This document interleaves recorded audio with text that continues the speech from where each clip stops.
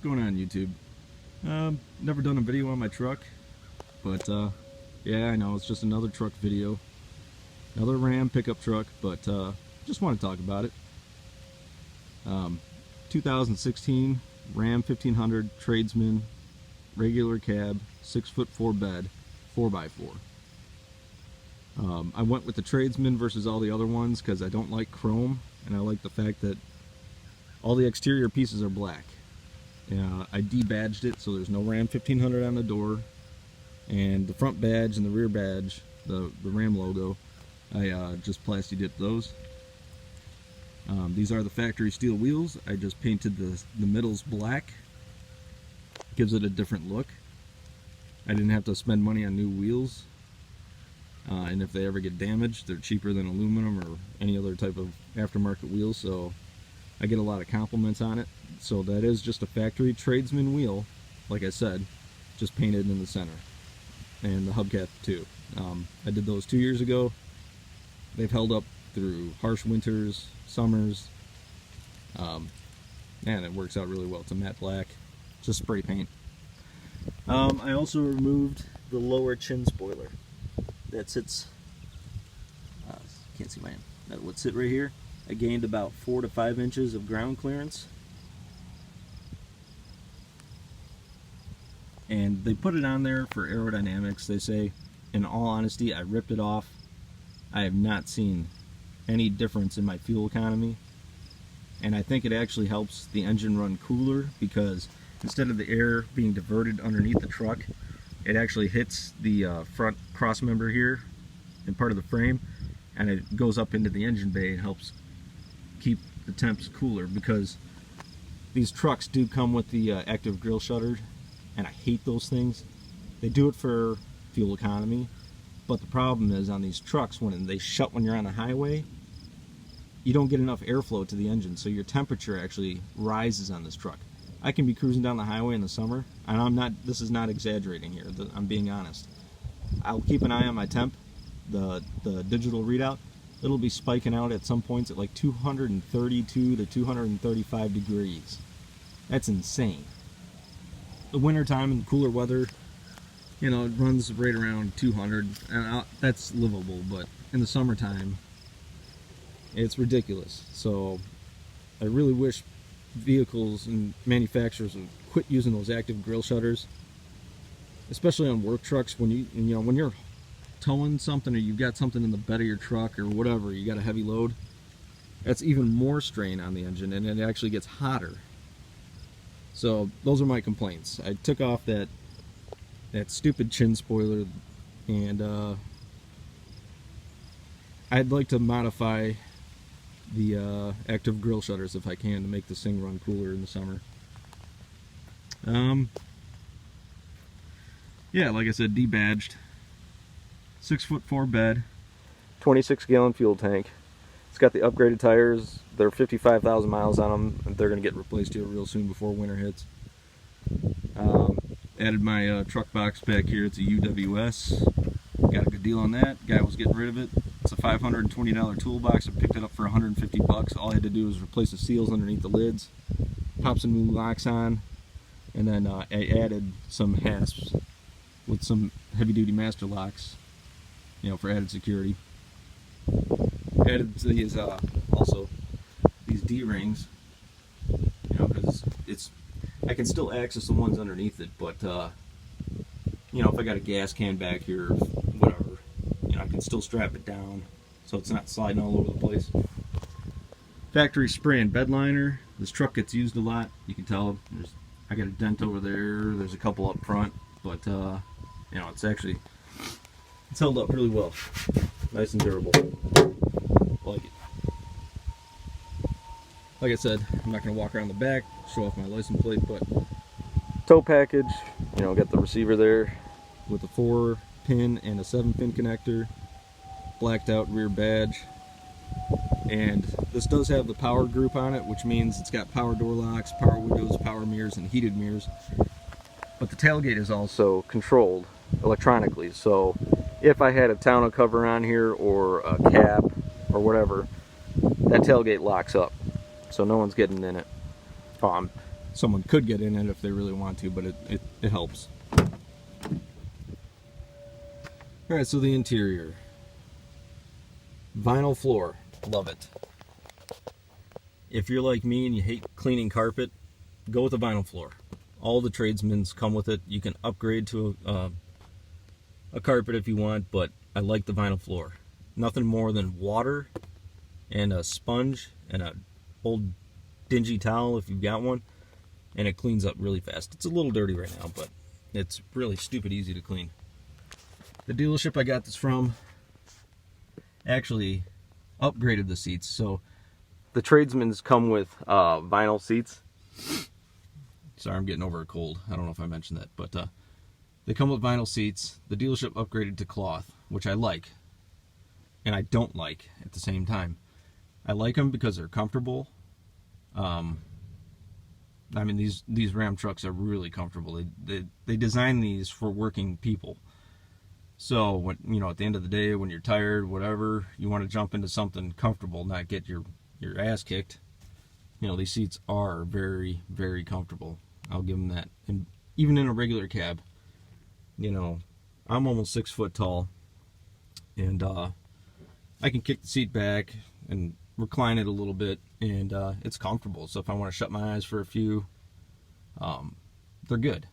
But the cloth seats stain very easy. They're harder to clean. That's the only downfall to them. I like the headroom. I mean, because my head, when I'm in, you know, I'm sitting in here, it's barely above this headrest, and you've got plenty of room. I mean, you're talking probably above my head, about 6-7 inches of headroom. You got these hooks here for clothes if you've got, you know, what clothes you want to hang up when you're driving. Back behind the seat, plenty of room. You know, even though it's a regular cab, the storage bin goes all the way across.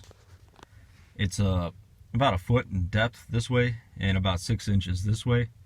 You can put dividers in. You can put one there and then one over here. And then I'll probably put one in. But I keep my snow brush in here all the time. There's no sense in taking it out, even in the summer, because I really don't put anything back in here besides groceries. If I could run to the store for my wife and I. Towels, tub of towels, windshield washer fluid. If you've never seen these and if you've never used these are great for job sites. They are heavy duty. I've had latex and oil paint on my hands, grease, dirt, doesn't matter. Strips it all off. They're awesome. You find it in the store, I highly recommend these things. They're awesome. My brother-in-law showed them to me. Anyway, it's not about that stuff, it's about the truck. So yeah, a few things that I've done to the inside. I plasti-dipped this handle. It's chrome, and I've heard a lot of other people complain about them, and, you know, not just me, but if you don't cover it with something, the sunlight does come in and it bounces right off and into your eyeballs, and it blinds you. It's horrible. So I took the lid off, taped it off, and then shot it with a black plasti-dip. Inside here, got you know, basic storage cables. Keep my iPod in here. It's always linked up, so it's all controlled through the radio, which is nice. Another mod that I did. Sorry, I'm going to jump in. This is an old Garmin mount. Get this thing to focus. There we go. This is an old Garmin mount. I screwed it down to the dash. And then this is a phone mount that I had that would attach to the window. It bounced around and, you know, just, I hate that shit. So I modified an old Garmin mount and used a 2-part epoxy, put it all together. Now I've got a solid phone mount, doesn't go anywhere. And if I want, I can take this piece off, take my GPS, throw it over here without having to undo any mounts. And yeah, it's awesome. It works really, really good. So if you're having problems with phone mounts and you got an extra Garmin mount, you can even buy them online really cheap. You know, it's just an idea. And it's spring loaded, so it keeps my phone in place. Eventually I'm gonna hardwire this cable in. It works fine for now, and this is a receiver for like traffic. But I would like to hardwire it in so I don't have this cable running down to this 12-volt outlet, because I have to, from time to time, unplug this, plug something else in, and it gets kind of annoying, and these batteries on these Garmins don't last. So I better know where I'm going if I got to do it, otherwise I have to, unplug this here, plug it into the 12-volt outlet in here, just kind of a hassle. So eventually I want to hardwire it in, put an on-off switch over here, so if I don't want to use it, if I know where I'm at, I can just hit the switch and kill power to it. So that'll be something that I will eventually do. Got the Uconnect 5.0. That was one thing I wanted in this truck. It's touchscreen.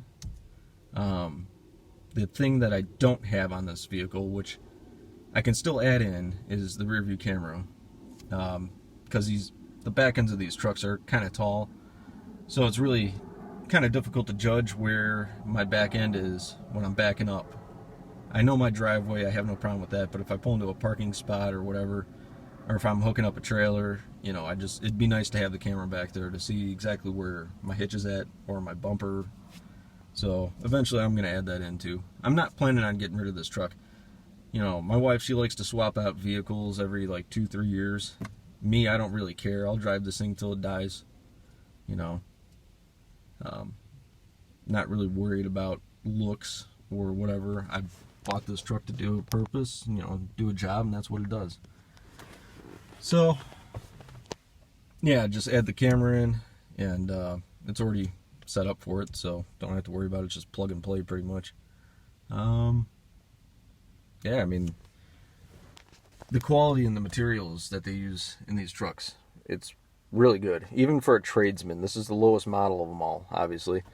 But, cruising down the highway, windows are up. If you got the AC on or the heater, it's quiet in here. Ram did a fantastic job with sound deadening, and it actually shocked me. It surprised me, and it still does to this day. 2.5 years later, it's nice. So at the end of the day, you don't want to hear noise. You want to pop on, an audio book or listen to some music, whatever. It's quiet. It's relaxing. Now, being a half-ton work truck, the only thing that makes this interior really comfortable, like I said, are these seats. They're really comfortable. The rest of the truck, it's a rough ride. So if you want a Cadillac quality ride, like I know certain, Chevy trucks, they're nice riding. My dad's had quite a few. The Ford guys like their trucks. And I don't really know the comfort and quality of the Fords, but you're not going to get it with a Ram, especially with a work truck. It's a bucking Bronco. It'll beat you to death. And it really will, especially if you're on a bumpy road. If you're on the highway and it's a nice smooth road, you're good. So just beware. It will beat you up really bad. The gauges are awesome. The steering wheel feels good. This is just, a plastic wheel, but it's a nice thick wheel. And I've got fairly large hands, so I mean it works fine for me. It's comfortable. Everything's right where you want it. And there's also complaints about not having stereo controls back behind the wheel like I did in my Jeep. But for me, I don't care. I got long arms. I just reach over, and it's not a big deal. Everything's right here. So people complain about they just like to keep their hands on the wheel. For me, I don't even have to think about it. Works for me. But everybody's different. Everybody has things that they like and don't like. To each their own. So, yeah, overall, I've been impressed with this truck. The quality, the materials, it's been a really great truck. I've only had a couple problems with it. Nothing I've ever had to take to a dealership, but show it. I use my parking brake every day at home because my driveway is sloped, and I don't like relying on the transmission to keep the truck in park and keep it from moving. So I do use a parking brake. So I'll set the parking brake. Actually, when I pull into a spot, I'll put it in park. My foot is on the brake, and I'll push this down with my left foot. I mean, I push it down as far as I can, and then I'll take my foot off the brake pedal, and the truck stays put. So I'm not relying on the transmission parking gear. I'm relying on the brakes first. So if those fail, then it'll, you know, the transmission will take care of the rest. But less strain on the transmission and the drive line. But the problem I've had with it, so I use it all the time. Push this down, this is your release. It's very common. I'm not the only person that's had a problem with it, but I've seen guys that snap the hinges that are right, I don't know if we can see it. There's a hinge on either side, and you can't really see it here. They either snap there, or the plastic piece where this metal rod comes in to release the parking brake foot pedal, it snaps there, and that's what happened to mine. So it snapped this real thin plastic piece where my index finger is tapping right now. So I made my own piece out of metal, fabbed it up, drilled it out, used some flathead bolts, and screwed it into place, and it's worked flawlessly ever since. So my wife, you know, this truck is under warranty. She's, oh, take it back to the dealership and go get another handle put in. Sorry. If it broke on me once, it's going to break on me again, guaranteed. Especially if you use it all the time, like I do. So, you know, I'm a machinist, welder, and fabricator by trade. If I know I can make it, I will. And if I can outdo a factory piece, I will. And that's what I did. So just a heads up, if you're going to purchase one of these trucks and you use a parking brake, these things are flimsy, they do snap. It's a matter of time. It will break on you, so you know. And it's not a cheap part either. I think, what did I see, like a new handle, I think it was like $40 or something like that through the dealership. It's ridiculous. So if you can fab up a piece and save it, go for it.